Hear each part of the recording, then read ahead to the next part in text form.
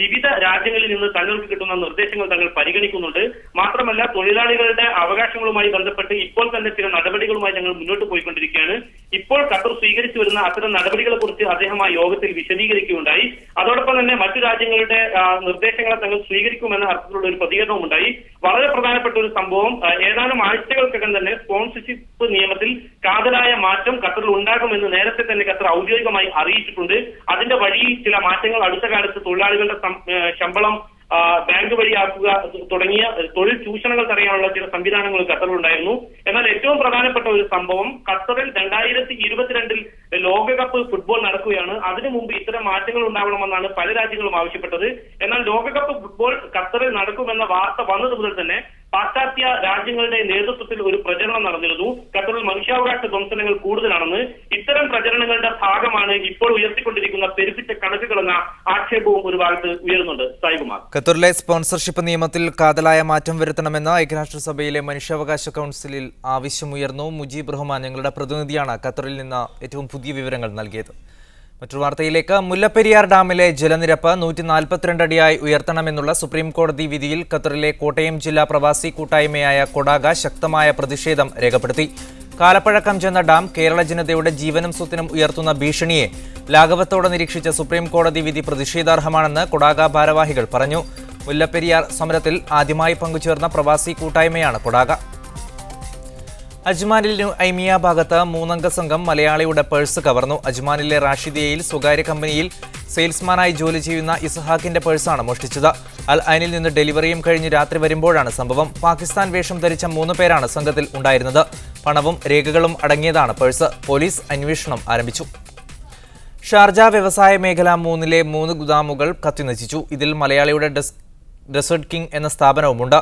അൽത്തവ should dressing എന്ന സ്ഥാപനത്തിലാണ് ബുധനാഴ്ച രാവിലെ 8 മണിക്ക് തീപിടിച്ചത്. ഇതിന് സമീപത്തുള്ള സ്ഥാപനങ്ങളുടെ ഗുദാമുകളിലേക്ക് പടരുകയായിരുന്നു. എളുപ്പത്തിൽ തീപടരുന്ന തുകൽ തുണി ഉൽപ്പന്നങ്ങളായിരുന്നു ആദ്യം കത്തിയ കെട്ടിടത്തിൽ ഉണ്ടായിരുന്നതെന്ന് അധികൃതർ പറഞ്ഞു. കോടികളുടെ നഷ്ടം ഇതിൽ കണക്കാക്കുന്നു. മാനന്തവാടി തലപ്പുഴ നായ്ക്കുന്നത്ത് ഹംസ ഫുജീറ കൽബിയയിൽ മരണപ്പെട്ടു. ഹൃദയാഘാതത്തെ തുടർന്നാണ് മരണം. കൽബയിലെ ഇക്ബാൽ റെസ്റ്റോറന്റ് ഉടമകളിൽ ഒരാളാണ് ഹംസ. UAEയിൽ മരണപ്പെടുന്നവർക്കായി 15 വർഷമായി നിസ്വാർത്ഥ സേവനം നടത്തിയ അഷ്റഫ് താമരശ്ശേരിയെക്കുറിച്ച് ബഷീർ തിക്കോടി രചിച്ച പരൈദർ കുരാൾ പുസ്തകം ദുബൈ നൈഫ് പോലീസ് സ്റ്റേഷൻ മേധാവി Hisham Almutawa greetings Madina MD ബോസ് ഖാദറിന് നൽകി പ്രകാശനം ചെയ്തു. ദുബൈ മുനിസിപ്പാലിറ്റി മെയിൻ്റനൻസ് വിഭാഗം തലവൻ ജുമാ അൽ ഫുക്കായി മുഖ്യ അതിഥിയായിരുന്നു. ഡെപ്യൂട്ടി കോൺസുൽ മുരളീധരൻ ചടങ്ങ് ഉദ്ഘാടനം ചെയ്തു. 40ഓളം കൂട്ടായ്മകളാണ് അഷ്റഫിന് ചടങ്ങിൽ ആദരിച്ചത്. ഷാർജയുടെ ആദ്യത്തെ ടൈം ലാപ്സിൽ തീർത്ത ദൃശ്യമായ ജാലം നിങ്ങൾ കണ്ടിട്ടുണ്ടോ? ഇല്ലെങ്കിൽ സച്ചിൻ രാമദാസ് എന്ന മലയാളി തന്റെ ക്യാമറയിൽ ഒപ്പിയെടുത്ത ഈ ദൃശ്യവിരുന്ന് കാണുക. ദൈർഘ്യം 4 മിനിറ്റ്, 22 ദിവസം, 22,000 ചിത്രങ്ങൾ. ഇവ സച്ചിൻ രാമദാസിന്റെ കൈകളിലൂടെ കടന്നുപോയപ്പോൾ ഈ ദൃശ്യവിസ്മയം സംഭവിച്ചു. ഷാർജയുടെ നഗരമധ്യവും കടൽ തീരവും റോഡും സച്ചിൻ തന്റെ ക്യാമറയിൽ ഒപ്പിയെടുക്കുകയായിരുന്നു. തിളങ്ങുന്ന വഴിവിളക്കുകളും ഉയരം കൂടിയ കെട്ടിടങ്ങളും തിരക്കേറിയ വഴിയോരങ്ങളും അങ്ങനെ വ്യത്യസ്ത ഫ്രെയിമുകളിൽ ചിത്രങ്ങളായി പതിഞ്ഞു.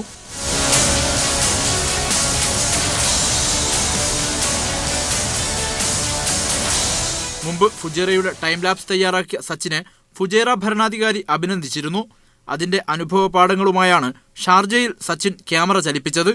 ഫുജേറ ഞാനൊരു ബിഗിനറായിട്ടാണ് തുടങ്ങി. സോ ഇപ്പം ഏതൊരു ചാനലിൽ പോകുമ്പോൾ ഒരു സപ്പോർട്ടർ വൈസോ എല്ലാം ഞാൻ ബിഗിനറായിരുന്നു. സോ കുറച്ച് നാളെടുത്തു ഫുജേറ ഒന്ന് ക്യാച്ചപ്പ് ആവാൻ ഒരു ജനറൽ പബ്ലിക്കായിട്ട്. പക്ഷേ ഇപ്പം ഓൾറെഡി ബാക്കിംഗ് ഉണ്ട്. യൂട്യൂബിൽ സ്പെക്ടാക്കുലർ ഷാർജ എന്ന പേരിൽ സെർച്ച് ചെയ്താൽ 2 ദിവസം മുന്നേ അപ്ലോഡ് ചെയ്ത വീഡിയോ കാണാം. വീഡിയോ കാണുമ്പോൾ തന്നെ നിങ്ങൾക്ക് മനസ്സിലാവും, basically from evening to night ഭയങ്കരം ഒരു ഡ്രമാറ്റിക് ആയിട്ടുള്ള ഓരോ സീക്വൻസസ് ഉണ്ട്. And Fujairah it was more of natural beauty ആയിരുന്നു. പക്ഷേ Sharjah it's more of an urban thing. അപ്പം എന്താ പറയുക, ഒരു അറൌണ്ട് 40 സീക്വൻസസ് വെറും ഷാർജയിൽ നിന്ന് മാത്രം ചെയ്തത്. സച്ചിന്റെ സുഹൃത്തു കൂടിയായ അജ്മൽ സോബിയാണ് ഈ ടൈം ലാപ്സ് എഡിറ്റ് ചെയ്തത്. അച്ഛൻ രാംദാസും അമ്മ ജ്യോതിയും കണ്ണൂർ അഴീക്കോട്ടുകാരനായ സച്ചിന് പിന്തുണയുമായി കൂടെയുണ്ട്. വെളിച്ചം കൊണ്ട് ചിത്രം വരയ്ക്കുകയാണ് സച്ചിൻ. തൻ്റെ പ്രിയപ്പെട്ട നഗരമായ ഷാർജയ്ക്ക് വേണ്ടിയുള്ള ഒരു സമ്മാനമായിട്ടാണ് ഇപ്പോൾ സച്ചിൻ ടൈം ലാപ്സ് ഒരുക്കുന്നത്. ഷാർജയിൽ നിന്നും ഹാരിസ് അരിക്കുളം, മീഡിയ 1.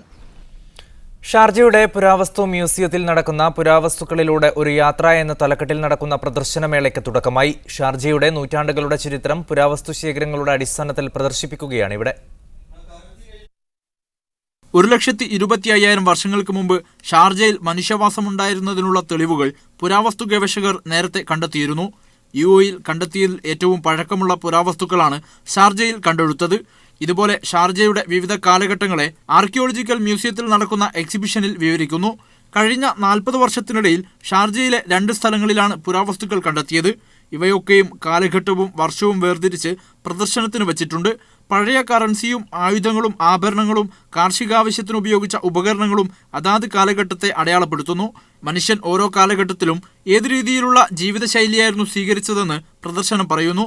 രാജ്യത്തെ ചരിത്ര വിദ്യാർത്ഥികൾക്കും ഗവേഷകർക്കും സഹായകരമാവും വിധത്തിലാണ് മ്യൂസിയം തയ്യാറാക്കിയതെന്ന് ആർക്കിയോളജി ചുമതലയുള്ള നാസർ ദർംകിക്ക് പറയുന്നു.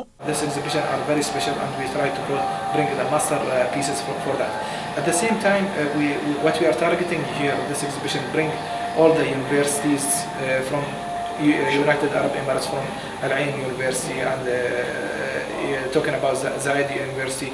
So working with those, because this exhibition will go and move around the country within the next few years, 4 months in each place. BC കാലഘട്ടത്തിലെയും AD കാലഘട്ടത്തിലെയും ഷാർജയുടെ ചരിത്രത്തെക്കുറിച്ച് ജനങ്ങളെ ബോധവൽക്കരിക്കുവാൻ വേണ്ടിയാണ് പ്രദർശനം ആരംഭിച്ചത്.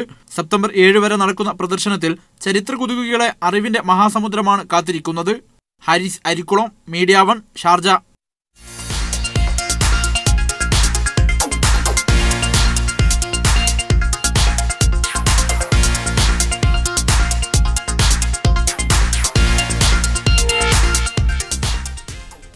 സൗദി അറേബ്യയിൽ ഭവന വായ്പയ്ക്ക് കൂടുതൽ പണം അനുവദിക്കണമെന്ന് രാജ്യത്തെ ബാങ്കുകൾക്ക് finance minister Ibrahim Al Assaf നിർദ്ദേശം നൽകി. ഭവന നിർമ്മാണ പദ്ധതിക്ക് മുൻകൈയെടുക്കുന്ന സർക്കാർ നീക്കത്തിന്റെ ഭാഗമായാണ് കൂടുതൽ വായ്പ അനുവദിക്കണമെന്ന നിർദ്ദേശം നൽകിയത്. വിവിധതരം ടിഷ്യൂകൾ, ഹാൻഡ് വാഷ്, ബാത്ത് ടവൽ തുടങ്ങിയവയുടെ ഗൾഫ് മേഖലയിലെ ഏറ്റവും വലിയ ഉൽപ്പാദകരായ എമിറേറ്റ്സ് വൈറ്റ് വൈപ്സ് കുട്ടികൾക്കായി പുതിയ ഉൽപ്പന്നങ്ങൾ പുറത്തിറക്കി. പ്രമുഖരായ വാർണർ ബ്രദേഴ്സുമായി ചേർന്ന് വോവ് ടോൺസ് എന്ന പേരിൽ പുറത്തിറക്കിയ പുതിയ ഉൽപ്പന്നം കുട്ടികളുടെ തരളമായ ശരീരത്തിന് യോജിക്കുന്ന രീതിയിൽ ഏറെ ശ്രദ്ധയോടെ തയ്യാറാക്കിയതാണെന്ന് Emirates white wipes general manager Ameen Qazi വാർത്താസമ്മേളനത്തിൽ അറിയിച്ചു. Ibrahim Abu Isa, Rizalino Olin, Warner Brothers പ്രതിനിധി ആനി ഹാവ്കിൻസ് തുടങ്ങിയവർ വാർത്താസമ്മേളനത്തിൽ സംബന്ധിച്ചു. കൊച്ചി മെട്രോയ്ക്കായുള്ള സ്ഥലം ഏറ്റെടുക്കൽ പൂർത്തിയാക്കാനും ട്രാഫിക് പ്രശ്നങ്ങൾ പരിഹരിക്കാനും തീരുമാനം. മുഖ്യമന്ത്രിയുടെ ഓഫീസിൽ ചേർന്ന ഉന്നതതല യോഗത്തിലാണ് തീരുമാനം. സ്ഥലം ഏറ്റെടുക്കുന്നതിനുള്ള പണം സർക്കാർ നേരിട്ട് നൽകും. റോഡ് സ്റ്റോക്കിന്റെ റീടെൻഡറിംഗ് നടത്താനും തീരുമാനമായി. സ്ഥലമേറ്റെടുക്കൽ പൂർത്തിയാക്കാത്തതുൾപ്പെടെ പ്രശ്നങ്ങൾ നിലനിൽക്കുന്നതിനാൽ കൊച്ചി മെട്രോ സമയബന്ധിതമായി പൂർത്തിയാക്കാൻ കഴിയില്ലെന്ന് DMRC മുഖ്യോപദേശകൻ E. ശ്രീധരൻ പറഞ്ഞിരുന്നു. കൂടാതെ ഗതാഗത പ്രശ്നമുയർത്തി CPM സമരരംഗത്തേക്കും ഇറങ്ങിയിരുന്നു. ഈ സാഹചര്യത്തിലാണ് അടിയന്തര യോഗം വിളിക്കാൻ തീരുമാനിച്ചത്. ഭൂമി ഏറ്റെടുക്കൽ പൂർത്തിയാക്കാൻ അടിയന്തര നടപടിയെടുക്കാൻ യോഗത്തിൽ തീരുമാനമായി. സ്ഥലം നേരിട്ട് ഏറ്റെടുക്കുന്നതിന് ഉപസമിതിയെയും നിയോഗിച്ചു. ഇനിയിപ്പോൾ അവിടെ ഒരു 98 സെന്റ് സ്ഥലം നമുക്കിതിന് കിട്ടേണ്ടതുണ്ട്. അത് സെന്റ് ആൽബർട്ട് കോളേജിൻ്റെ സ്ഥലമാണ്.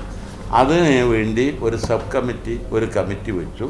റവന്യൂ മിനിസ്റ്ററും പിന്നെ പവർ മിനിസ്റ്ററും അതുപോലെ ഉദ്യോഗസ്ഥന്മാരും കൂടിയൊരു കമ്മിറ്റി. വൈറ്റിലയിലെ ഭൂമി ഏറ്റെടുക്കൽ PWD നേരിട്ട് നടത്തും. സ്ഥലം ഏറ്റെടുക്കുന്നതിനുള്ള തുക സർക്കാർ അനുവദിക്കും. നഗരത്തിലെ ഗതാഗത കുരുക്ക്, വെള്ളക്കെട്ട് പരിഹരിക്കാൻ അടിയന്തര യോഗങ്ങൾ ചേർന്ന് നടപടിയെടുക്കും. ഇപ്പോൾ യാത്രക്കാർക്കും ബാക്കിയുള്ള ആളുകൾക്കും കച്ചവടക്കാർക്കും ഒക്കെ നല്ല പ്രോബ്ലംസ് ഉണ്ട്. അത് സെറ്റിൽ ചെയ്യാൻ 2 നിലക്ക് കാണും. ഒന്ന്, ഇപ്പോൾ വെള്ളക്കെട്ട്, മറ്റത് അതുപോലെ കുറേ കാര്യങ്ങളുണ്ട്. അതിൽ പെട്ടെന്ന് ചെയ്യാവുന്നത്, ഇമ്മീഡിയറ്റ് ആയിട്ട് ചെയ്യേണ്ടത്, ലോങ് ടേമിൽ ചെയ്യേണ്ടത്. നഗരത്തിൽ 150 ഹോം ഗാർഡുകളെ കൂടുതൽ നിയമിക്കാനും ധാരണയായി. മന്ത്രിമാരായ ആര്യാടൻ മുഹമ്മദ്, VK ഇബ്രാഹിം കുഞ്ഞ്, K. Babu, Adoor Prakash, DMRC മുഖ്യോപദേശകൻ E. Sreedharan, ജനപ്രതിനിധികൾ തുടങ്ങിയവർ യോഗത്തിൽ പങ്കെടുത്തു. മീഡിയ 1, തിരുവനന്തപുരം. കൊച്ചി മെട്രോയുടെ നിർമ്മാണ പ്രവർത്തനങ്ങൾ താളം തെറ്റുന്നു. ഈ വിഷയം പരിശോധിക്കുന്നു ഇന്ന് news 1 middle east FCC Qatar പ്രതിനിധി മുഹമ്മദ് കുത്തുബ്. അദ്ദേഹം സ്കൈപ്പിൽ ഈ ചർച്ചയിൽ പങ്കെടുക്കും. ഒപ്പം ഇടതുപക്ഷ പ്രവർത്തകൻ PT നാരായണൻ, സാമൂഹ്യ പ്രവർത്തകൻ അഡ്വക്കേറ്റ് അജി കുര്യാക്കോസ് എന്നിവർ ടെലിഫോൺ ലൈനിലും ഈ ചർച്ചയിൽ നമ്മോടൊപ്പം പങ്കുചേരും. ആദ്യം മുഹമ്മദ് കുത്തുബിലേക്ക്. ശ്രീ മുഹമ്മദ് കുത്തുബ്, കേരളത്തിന്റെ സ്വപ്ന പദ്ധതി, ഏറെ പ്രതീക്ഷയോടെ തുടക്കം കുറിച്ച പദ്ധതി 1095 ദിവസം കൊണ്ട് കേരളത്തിൽ മെട്രോ റെയിൽ യാഥാർത്ഥ്യമാകും എന്ന് പറഞ്ഞുകൊണ്ടാണ് നമ്മൾ പദ്ധതിക്ക് തുടക്കം കുറിച്ചത്. പക്ഷേ ആ ഒരു ആവേശവും ഊർജ്ജവും ദിവസങ്ങൾ പിന്നിടുമ്പോൾ അത് ഇല്ലാതെ പോകുന്നു എന്നുള്ളതിന്റെ സൂചന തന്നെയല്ലേ ഇപ്പോഴത്തെ മെട്രോ റെയിലിന്റെ അവസ്ഥ കാണുമ്പോൾ നമുക്ക് മനസ്സിലാക്കാൻ കഴിയുന്നത്? ആദ്യമായി ഈ പദ്ധതിയെ സംബന്ധിച്ചിടത്തോളം ഇത് കേരളത്തിന്റെ ഒരു വലിയ ഒരു ടെസ്റ്റ് പ്രൊജക്ട് ആണ് എന്ന് വേണമെങ്കിൽ പറയാം. കാരണം 2013 ആരംഭിച്ച് 2016 പൂർത്തിയാക്കേണ്ട ഒരു വളരെ ചരിത്രപരമായ ഒരു പദ്ധതിയാണ് കൊച്ചി മെട്രോ എന്നത്. ഇതിലിപ്പോൾ ഇപ്പോഴും നമുക്ക് കിട്ടിക്കൊണ്ടിരിക്കുന്ന വിവരങ്ങൾ വെച്ച് നോക്കുമ്പോൾ വേണ്ടത്ര ഭൂമി ഇനിയും പലയിടങ്ങളിലും പിന്നെ ഈ കൊച്ചി മെട്രോക്ക് കൈമാറിയിട്ടില്ല, റവന്യൂ വകുപ്പ് കൈമാറിയിട്ടില്ലെന്നാണ് നമുക്ക് അറിയാൻ കഴിയുന്നത്. ഏറ്റവും നല്ല ഉദാഹരണം ആലുവ മാർക്കറ്റ് ജംഗ്ഷനിലുള്ള സ്ഥലം. അത് അവിടുത്തെ നഗരസഭയുടെ പേരിലുള്ള സ്ഥലമാണ്. പക്ഷെ അതിപ്പോൾ വർഷങ്ങളായി പലരുടെയും കൈവശമാണ് ആ ഭൂമി ഉള്ളത്. അപ്പോൾ ആ ആളുകളെ ഒഴിപ്പിക്കണമെങ്കിൽ അവർക്ക് ന്യായമായ നഷ്ടപരിഹാരം കൊടുക്കണം. നിയമപരമായി അവർക്ക് 25,000 വെച്ച് ഓരോ ആളുകൾക്കും കൊടുക്കാൻ കഴിയുള്ളൂ എന്നാണ് സർക്കാർ പറഞ്ഞുകൊണ്ടിരിക്കുന്നത്. അപ്പോൾ തീർച്ചയായും ആ ആളുകളെ സംബന്ധിച്ചിടത്തോളം ആ കുടിയാന്മാരുടെ പക്ഷത്ത് അവിടുത്തെ രാഷ്ട്രീയ നേതൃത്വം ചേർന്ന് നിൽക്കും. അതുപോലെ ഓരോ സ്ഥലങ്ങളിലും കളമശ്ശേരി, അതുപോലെ കലൂര്, ജവഹർലാൽ നെഹ്റു സ്റ്റേഡിയം, അതുപോലെ തന്നെ കലൂർ ബസ് സ്റ്റാൻഡ്, ഇങ്ങനെ ഒരുപാട് സ്ഥലങ്ങളിൽ ഈ പ്രശ്നം ഇപ്പോഴും ഈ കൊച്ചി മെട്രോ റെയിൽ ലിമിറ്റഡ് അനുഭവിച്ചുകൊണ്ടിരിക്കുകയാണ്. അതുകൊണ്ട് ഈ പ്രശ്നത്തിനുള്ള ഒരു അടിയന്തിരമായ ഒരു ഏകോപനം ഈ വിഷയത്തിൽ നടക്കേണ്ടതുണ്ട്. ഒരു പക്ഷേ ഇതിൽ ഉൾപ്പെട്ടിട്ടുള്ള പല ജാതി, സമുദായ, രാഷ്ട്രീയ താല്പര്യങ്ങളാണ് ഇതിന്റെ ഈ വൈകലിനൊരു കാരണമെന്നാണ് ഞാൻ മനസ്സിലാക്കുന്നത്. കാരണം തെരഞ്ഞെടുപ്പ് പ്രഖ്യാപിക്കപ്പെട്ടതിന് ശേഷം ഇതുപോലെയുള്ള ഒരു അക്വിസിഷൻ പ്രോസസ്സ് വളരെ വേഗത്തിലാക്കുമ്പോൾ ചിലർക്ക് വേദന ഉണ്ടാവും, ചിലർക്ക് പ്രയാസങ്ങൾ ഉണ്ടാവും. അപ്പോൾ അവരെ വേദനിപ്പിക്കണ്ട എന്നുള്ള ഒരു നിലപാട് ഒരു പക്ഷേ ഇതിന്റെ രാഷ്ട്രീയമായ ഒരു കാരണം കൊണ്ടായിരിക്കാം ഒരു വശത്ത് ഇത് ഇങ്ങനെ. ഞാൻ താങ്കളേക്ക് തിരിച്ചു വരാം മുഹമ്മദ് കുതുബ്. ശ്രീ പി ടി നാരായണൻ, കൊച്ചി മെട്രോയുമായി ബന്ധപ്പെട്ടിട്ടുള്ള കാര്യങ്ങൾ വരുമ്പോൾ ഭരണ പ്രതിപക്ഷ ഭേദമന്യേ അതിനെ എന്നും പിന്തുണച്ചിട്ടാണ് കേരളത്തിലെ രാഷ്ട്രീയ പാർട്ടികൾ പോലും നിന്നിട്ടുള്ളത്. മറ്റ് വികസന പദ്ധതികളിൽ ചിലപ്പോൾ എതിർപ്പുണ്ടെങ്കിലും കൊച്ചി മെട്രോ വേണം എന്ന കാര്യത്തിൽ കേരളത്തിലെ ഒരു കക്ഷികൾക്കും എതിർപ്പില്ല. പക്ഷേ കൊച്ചി മെട്രോയുടെ നിർമ്മാണ പ്രവർത്തനങ്ങൾ പുരോഗമിക്കുന്തോറും ചില എതിർശബ്ദങ്ങൾ വരുന്നു. യോഗങ്ങളിൽ അനുകൂലിക്കുന്നവർ പക്ഷേ നിർമ്മാണ പ്രവർത്തനങ്ങൾ വരുമ്പോൾ പല എതിർപ്പുകളുമായി മുന്നോട്ട് വരികയും ഇത് നിർമ്മാണ പ്രവർത്തനത്തിന് തടസ്സമാവുകയും ചെയ്യുന്നു. എന്തുകൊണ്ടാണ് ഇങ്ങനെ സംഭവിക്കുന്നത്? ജനങ്ങൾ വളരെ താല്പര്യപൂർവ്വം കാത്തിരുന്ന ഒരു പ്രൊജക്റ്റാണ് ഈ മെട്രോ പദ്ധതി. അതിനുവേണ്ടി ഇടതുപക്ഷ പ്രസ്ഥാനങ്ങൾ എല്ലാ തരത്തിലുള്ള അവരുടെ കഴിവുകളും ഉപയോഗിച്ചുകൊണ്ട് പി രാജീവൻ അടക്കമുള്ള ആളുകൾ ഡൽഹിയിൽ സംബന്ധിക്കുകയും ഈ പദ്ധതി യാഥാർത്ഥ്യമാവുകയും ചെയ്തു. എന്നാൽ തുടക്കം മുതൽ തന്നെ സ്ഥാപിത താല്പര്യങ്ങൾ, വ്യക്തിപരമായ ചില താല്പര്യങ്ങൾ ഈ പ്രവർത്തനങ്ങളെ ആകെ തന്നെ തകരാറിലാക്കുന്ന രീതിയാണ് നമ്മൾ കണ്ടത്. ഈ ശ്രീധരനെ കൊണ്ടുവരുന്ന കാര്യത്തിൽ തന്നെ ഒരുപാട് അധ്യക്ഷതയുണ്ടായി.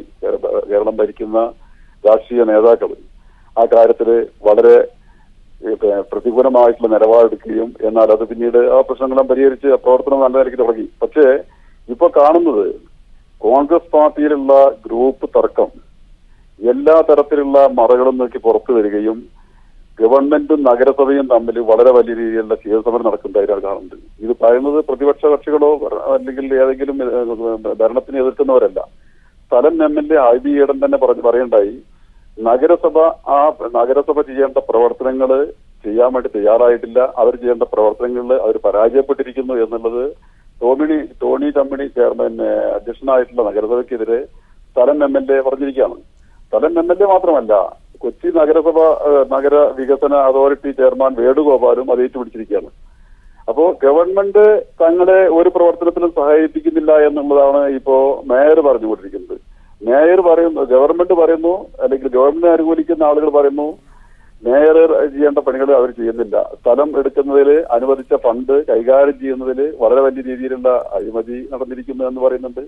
മേൽപ്പാലത്തിന് അനുവദിച്ച തുക സ്വന്തം ഇഷ്ടപ്രകാരം വീതിച്ചു കൊടുത്തായിട്ടുള്ള ആരോപണങ്ങളുണ്ട്. ഈ ആരോപണങ്ങൾ തന്നെ ഉന്നയിക്കുന്നത് ഭരണത്തിലുള്ള ആളുകൾ തന്നെയാണ്. അപ്പോ ഇത് വേണ്ട രീതിയിൽ വിജയിപ്പിക്കുന്ന ശക്തി ഈ ഇതിന് ഉത്തരവാദപ്പെട്ട ആളുകളുടെ ഭാഗത്ത് കാണുന്നില്ല. അപ്പൊ ഈ ചർച്ചകളിലൊക്കെ തന്നെ ഇപ്പോ ബാർ ലൈസൻസിനോട് ബന്ധപ്പെട്ട്, ഞാൻ വിഷയത്തിലേക്ക് പോകുന്നില്ല, ബാർ ലൈസൻസിനോട് ബന്ധപ്പെട്ട് ഇപ്പൊ കോൺഗ്രസിനുണ്ടായിട്ടുള്ള വളരെ വലിയ ഗ്രൂപ്പ്